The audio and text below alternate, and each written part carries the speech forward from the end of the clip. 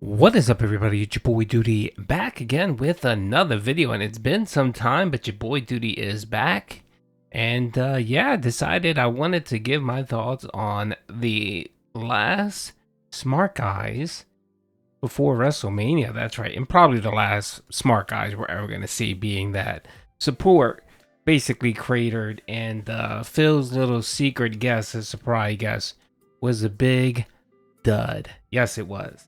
So let's hear Phil talk about this, and Dewey will give his thoughts, because straight up, this was some terrible, terrible content for Phil.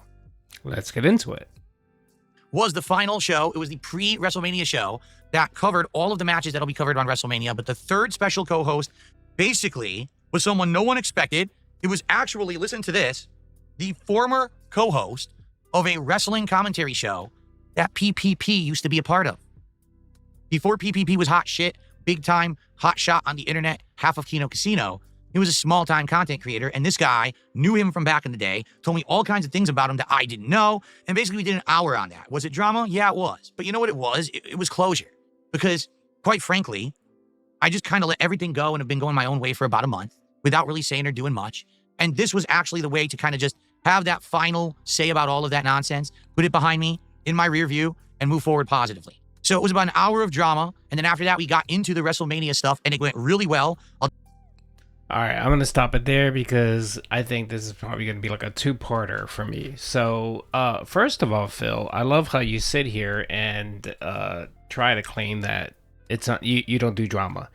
I think we can finally, bury that lie, Phil. We all know that that's nothing but nonsense. It's bull. You're always involved in lies. I love how you try to say here that you've been quiet about the whole PPP drama for the last month. Phil, you bring it up nearly every day on your podcast. You sneak this PPP. You talk about him snaking in you. You constantly bring up the fact that you're successful without him. You don't need him. He was holding you down. You're constantly trashing the man, Phil, pretty much on every single podcast. So what's this nonsense where you're trying to claim that you've been quiet for a month, Phil? Again, no one buys it, Phil. You have thousands of people that track everything you do on the internet. Nothing's a secret. There's thousands of videos posted every day about you, Phil. So everything you say and do is going to be recorded. Just because you have this delusion in your mind and you've built up this wall, this mental block in your brain to let you cope, doesn't mean that it's factually correct. Okay? Everyone can see, everyone can hear you. How many 15, 20-minute segments do you have on your podcast daily where you're trashing PPP and Andy, along with your other detractors? Let's not forget Doody. Let's not forget Snore Hogan. Let's not forget, that being said, amongst all the other detractors, PWR. Come on, Phil. RTU, whoever it is. You're always talking about drama, and you always feel the need to trash someone, Phil. Always. So please stop with this nonsense. You decided to bring this guy in that had some association with PPP that did a wrestling show for him, all simply just to have drama content. All you wanted to do was you wanted to bring someone and trying to embarrass PPP by making allegations on stuff that happened in the past. And first of all, I saw no receipts whatsoever.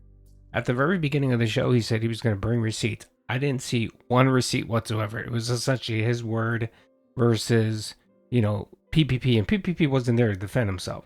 And again, I'm not here to defend PPP. But when you state, I got receipts, and you're going to show receipts, and you don't show receipts, then I'm going to call you on that. I'm going to say that's bullshit and that's nonsense. For, as far as we know, all that shit you talked about, you made up. Now, probably some of it is true, yes. Some of it is probably exaggerated, and some of it is probably false. But again, if you're going to claim to bring receipts, you should at least show something. Show a DM, show a previous post, show a video, show something. And you did nothing. He did nothing. And you didn't call him out on it. You didn't. You essentially just let him sit there for an hour and just blast someone. And you didn't even have the nerve or the gall or the testicles or the fortitude to bring PPP on and let him defend himself. Of course you won't do that. You wanted to bring someone on, let that person trash PPP, and you sit there and say, oh wow, well, I didn't say any of this, I'm not involved, this is Gahoots or whatever the hell his name is. He looks like Fat Joe to me. He's the one that said it, I didn't say it. And you're trying to create drama content and trying to keep your hands clean, Phil, and it doesn't work that way. You brought him on as your guest, you're responsible for what he actually says on your podcast, Phil. You are. So, and come on, we know Phil's not going to let someone just come on without having a conversation, without vetting the guy, without, at least mapping out what that conversation was going to be. So he knew exactly the allegations he was going to bring up. He knew exactly what, he knew all of this. Now, the interesting, of course, is, Phil's mindset is always the enemy of my enemy is my friend. He didn't bother doing any research on this guy. Now, from what I gathered and heard, this guy has his own past with some shady dealings, especially with the FBI and some, let's say, some unsavory material that he accessed. I think it eventually got cleared up. I don't know. But again, Phil, when you're bringing people on to talk about drama and stuff like that, you might want to vet them a little bit, which you failed to do. The other interesting thing about the Smark guys is that, dude, his chat was on fire. Everyone was like, dude, what are you doing? This is a big L. I kept reading a lot of people saying this is worse than the Level 666 podcast. They were blasting that guy who apparently a lot of people know who he is and they dislike him. So much so that he didn't even bother pulling up chat because he knew the chat was going to crucify him. He was not a welcome guest whatsoever. When it comes to wrestling, I don't know. I really don't care. But bringing him on to talk about drama, it's a little rough when you have a bit of a sketchy past. But of course, Phil doesn't care. I mean, he brought on Review Tech USA, a man who he's crucified for nearly over 10 years because he talks bad about him. A person that he's wished Minecraft on. A person he lumps in with, all the other detractors. He brought him onto his show just to try to snake PvP with the Level 666 podcast. So again, Phil, you have no credibility when you do this stuff. You love to act like you're above the fray, and you're not. You're actually worse. You know why? Because you claim to be above the fray. So when you delve in the drama and you do all the shit that everyone else does, you do all the dirt everyone else does, but yet you claim you're above it, that actually makes you worse, Phil. Most people actually own it. Most people actually say, yes, I do drama content, I talk shit, I do, whatever. And that's just me. I'm owning it. You refuse to do that because, of course, you want all the rewards, but don't want any of the blowback or any of the downside of it. That's the reason why you failed at drama content this year. Clearly, that's why you did. As it relates to the wrestling show, it was super boring. I know he doesn't want to talk about how many people watched the show. He barely cracked 200 people. When it first started, he had 225 people because they wanted to know who was there. And then he literally dropped to about 175 to 200 people. Kick was probably maybe 40 people. And it was dead. Support dead. One whale came in and dropped a 25-member bomb on Kick. And that was the only real thing that got him to support. He literally got I think 4 donations during this podcast. I think he only walked away with $200. But again, for a show, you have a guest. It's supposed to be a special thing. He's been hyping this up for 4 weeks almost already. This was going to be a grand guest. It was going to be amazing. People are going to be so shocked. And 90% of the people had no clue who this fucking person was. I've seen him. I've heard about him in the past. Just when Kino came about and I heard that he used to do wrestling, I did some research and I figured out who this guy was.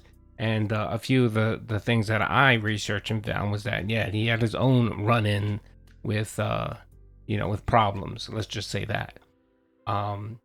So, yeah, this was a big L for Phil, especially since he hyped this up so much.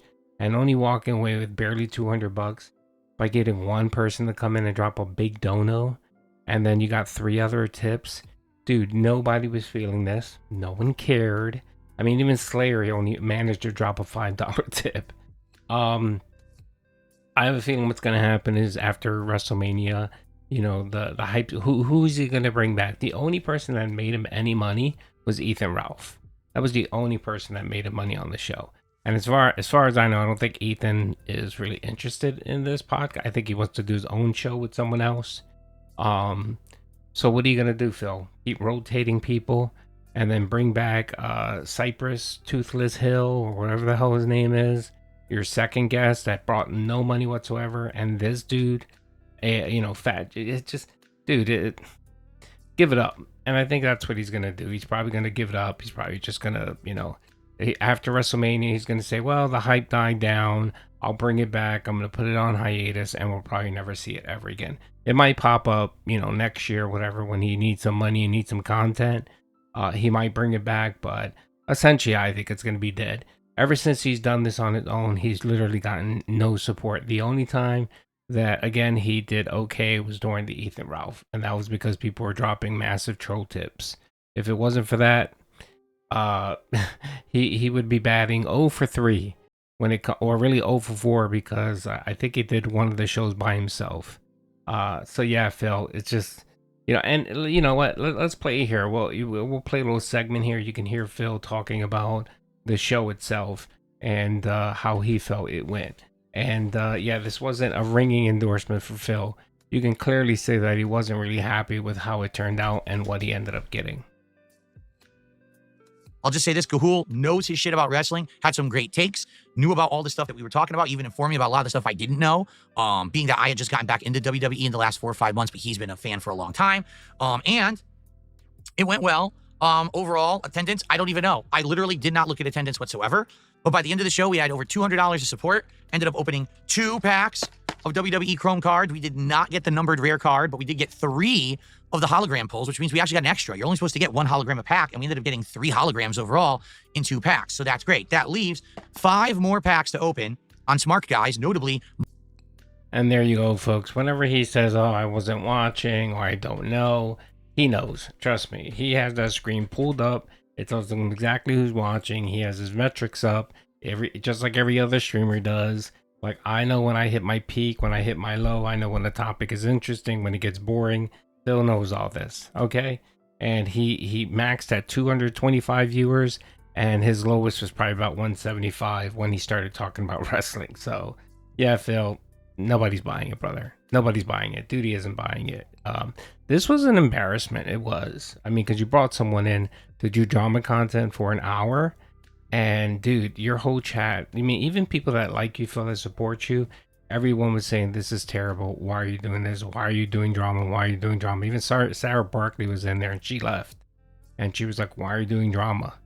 So you have your core supporters that didn't like this.